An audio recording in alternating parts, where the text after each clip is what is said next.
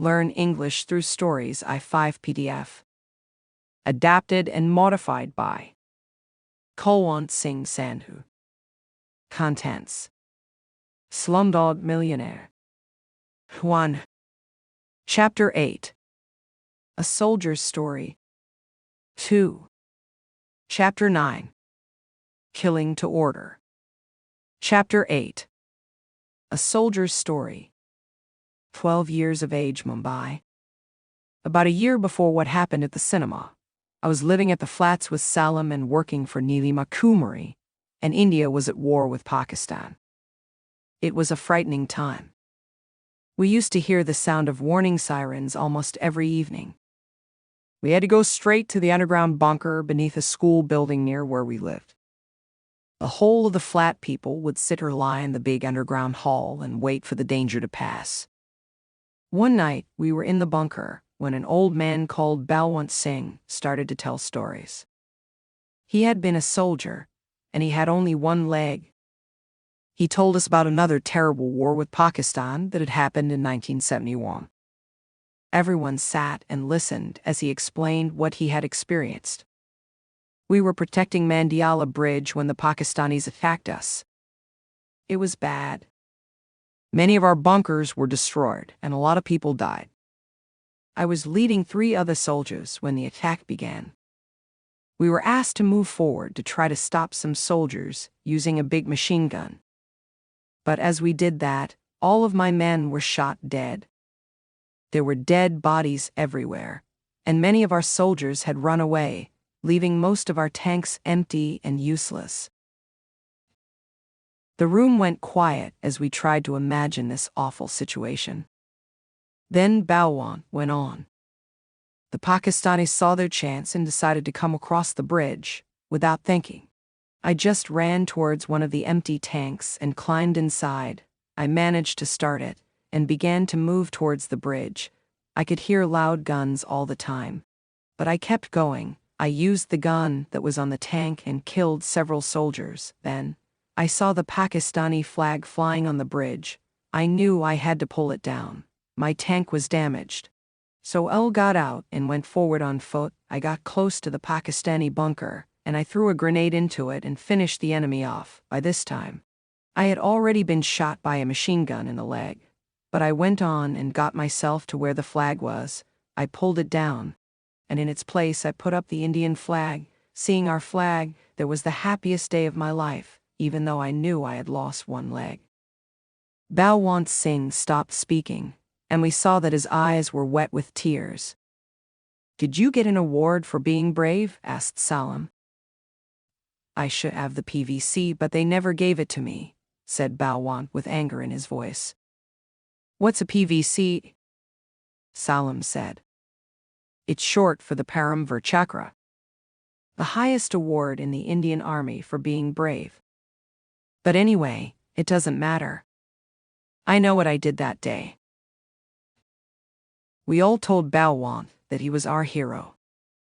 We crowded round him and clapped and thanked him for what he had done. Someone said, "Tomorrow we're being visited by the Soldiers' Care Group. They want to raise money for old soldiers. Let's tell them about Balwant and get them to recognize what he did back in 1971. The next day, 3 men from the Soldiers' Care Group came to the flats. Each of them used to be in the army. One of them said he had fought in the war against Pakistan in 1971, and even in the fight at Mandiala Bridge. "We have an old soldier here who deserves a Param Vir Chakra for fighting there, but he wasn't given one," said someone. "Can you help us to get him one?" We took the 3 men to see Balwant in his room. But when they went inside, we heard loud voices. Then, just a few minutes later, the men came out, and the one who fought at Mandiala Bridge was very angry. "That man does not deserve a PVC," he said. "He lies more than anyone I've ever known. I was there, and I saw what he did. He ran away at the first chance he had. If so much time had not passed since then, I would tell the police, and they would send him to prison." We were all very shocked. Balwant Singh did not come with us to the bunker that night. The next morning, he was found in his room at the flats. He had hanged himself. Smita shook her head and breathed deeply. Let's see the question now. Prem Kumar turns and talks to me. Mr. Thomas, are you ready for question 8? Yes, I tell him. I am. Okay. Which is the highest award given to a soldier in the Indian Army? Is it A. Mahavir Chakra, B. Paramvir Chakra, C. Shaurya Chakra, or D. Ashok Chakra? The music starts. I think back to the bunker.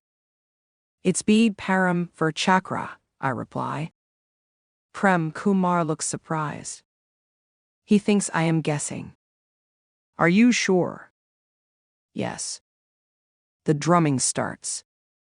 The audience is silent. Moments later, the answer appears on the screen. That's correct, shouts Prem Kumar. The audience is clapping and shouting too. I smile. Prem Kumar does not. Chapter 9. Killing to Order. I 8 years of age, Mumbai. When I first arrived in Mumbai from Agra, I decided not to contact Salim. It had been 5 years since I had last seen him, and I missed him. However, I had plans that might put him in danger. But then, 3 months later, I was walking down the street when I suddenly saw him. Mohammed, he cried and put his arms around me. Where have you been all these years? Soon, we were sitting in a park and talking. Salim looked good. He was taller and even more handsome than before. He was excited to tell me that he was now having acting classes. Guess who's paying for my classes? He said. I don't know who. Abbas Rizvi, the famous producer, he's offered me the role of a hero when he makes his next film, which will be in 2 years' time, when I am 18. But he's training me now. That's great, Salim. Tell me how this all came to happen. So, this is Salim's story, in his own words. After you went away so suddenly, I went on with my life, carrying lunches to people every day. But I also still dreamt of becoming an actor. One day, I met a man called Mukesh Rawal. He had photographs of himself with famous film stars on his wall. He told me he worked part-time as a film extra. I asked him if he could help me get work as an extra too, and he said maybe he could. He told me to pay for several really good photos of myself in different clothes and places. He would then give these photos to the film extra company he worked for. I was so excited. I couldn't afford to pay a photographer, so I bought a cheap camera and asked people to take photos of me around the city. One photo was of me standing on the beach, and another I was sitting on someone's motorbike, and there were several of me in different clothes. As I walked around, I also took photos of interesting buildings and people. The last photo I took was of a middle-aged man who was sitting on a wall and smoking. His fingers were covered with lots of gold rings, and he had a mustache. It was only afterwards that I realized whose picture I had taken. I stood still in shock. It was M.R. Pillai, the man who had almost blinded us. He recognized me and tried to run after me, but I jumped on a bus and escaped. But then, the bus stopped at some traffic lights, and a group of angry young men with knives got on. These men were looking for Muslims. What had happened to my family came back to me, and I felt sick with fear. Tell us your names, one of the men said. If you're Hindu, you can leave the bus. One by one, each passenger said their name, and the group questioned them and then let them leave the bus. Finally, only 2 passengers were left. Me and one older man sitting behind me. When I was asked my name, I was so terrified that I said nothing. He's definitely a Muslim, one young man said. Let's burn the bus with him on it. The man sitting behind me stood up and spoke. My name is Ahmed Khan. I am a Muslim, and you will not touch this boar. As the group turned and stared at him, the man took out a handgun and raised it. You should have seen them. They all dropped their knives and ran. My life was saved. I got talking to Ahmed, and he asked me if I wanted a job. He told me that he needed a servant to live at his house and cook and clean. He offered me good money, so I said yes, and I started immediately. Later that week, I gave the photos of me to Mukesh Roll, who managed to get me a few small film extra jobs. And that's how I met Abbas Rizvi. He liked my looks and promised me a bigger part in his next film. I learned many things about Ahmed in the first 6 months I worked for him. When he wasn't out, all he did was eat and watch TV. He was crazy about cricket. He watched every game and kept a small notebook in which he wrote all the scores and key things about the games. He did that for a very good reason. He used the information to bet on the games. One day, I saw him win 80,000 rupees from one game. And when he wasn't watching cricket, he was watching Mumbai Crime Watch. It's a bit like the news, but they show you who has been murdered, who has robbed a bank, that sort of thing. One strange thing was that big yellow envelopes sometimes used to come in the post for him. He told me that I must never touch these. But one day when he was out, one arrived and I accidentally spilt my tea on it. I was worried that any papers inside would be damaged, so I carefully opened it and pulled out the documents.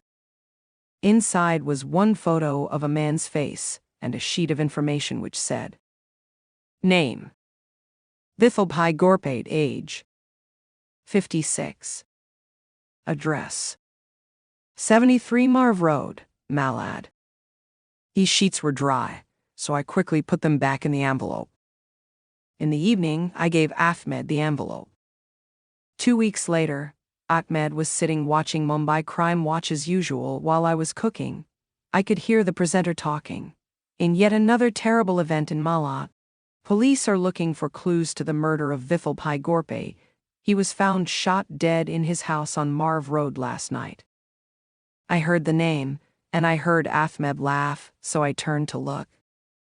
There on the screen was the face of the man from the photo in the envelope. Another yellow envelope arrived a month later. I carefully opened it and saw another photograph, this time of a young man, with a different name and address. I read the information carefully and remembered it. A week or so later, the murder of that person was announced on the Crime Watch program. Again, Ahmed laughed. I understood immediately. Ahmed was being paid to kill people. I was worried about it because it was dangerous, for him and for me. And then, one day, everything went wrong. It was about 4 months ago, the 20th of February. I remember it well because India was playing Australia, and it was a really big game. Ahmed had just placed a huge bet on Sachin Malvankar getting his 37th century that day. It was a very exciting game, and Malvankar was doing well, but at the last minute things went wrong. He did not get his 37th century. Ahmed was very angry and left the house. Soon after he had left, another yellow envelope came. I carefully opened it, and I was really shocked at what I saw inside. It was a photograph of Abbas Rizvi, the producer who had promised me a part in his film. I could not let Ahmed murder him. But what could I do? I immediately went to Rizvi and told him about it. I showed him the photo and the information. He said he would go to Dubai and hide for a year. In return for what I had done, he promised to make me a hero when he came back, and that is why he offered to pay to train me. When Ahmed returned to the flat, the envelope was there waiting for him, but it contained a new photo and new information. I had put them inside myself. Ahmed opened the envelope, and later that night he went out. I guessed he was going to kill the person in the photograph. After he had gone, I left the flat and went to Bihar to hide for a few weeks. Then I saw on Crime Watch that the police had shot a murderer called Ahmed Khan. That was a week ago, so I only stopped hiding a few days ago, And who do I see the first time I walk down the street? My long-lost friend, Mohammed. What a story, I say. But tell me, whose picture and address did you put in the envelope for Ahmed to kill? Who do you think? Said Salim and smiled. I gave him a photo of Amar Pillai and his address. Smita claps her hands. Brilliant, what a clever thing to do. He found the perfect way to kill someone bad, without doing it himself. So, what happened after that? Did you tell Salim that you were going to be a contestant on the quiz? No, I was going to tell him afterwards, but then the police arrested me, I told her. I see anyway. Let's see how meeting up with Salim again helped you on the show. The lights are low in the studio. Prem Kumar speaks to the camera again. Now, it's time for question 9 for 1 million rupees. Okay. This is from the world of cricket. How many centuries has Sachin Malvankar scored for India? Your choices are A. 34, B. 35, C. 36, or D. 37.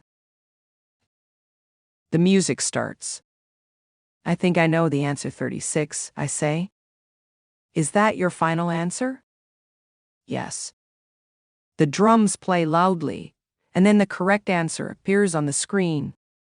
That is correct. You have just won 1 million rupees, ladies and gentlemen. We will now take a short break. The cameras stop recording, and Prem Kumar looks across at me without smiling.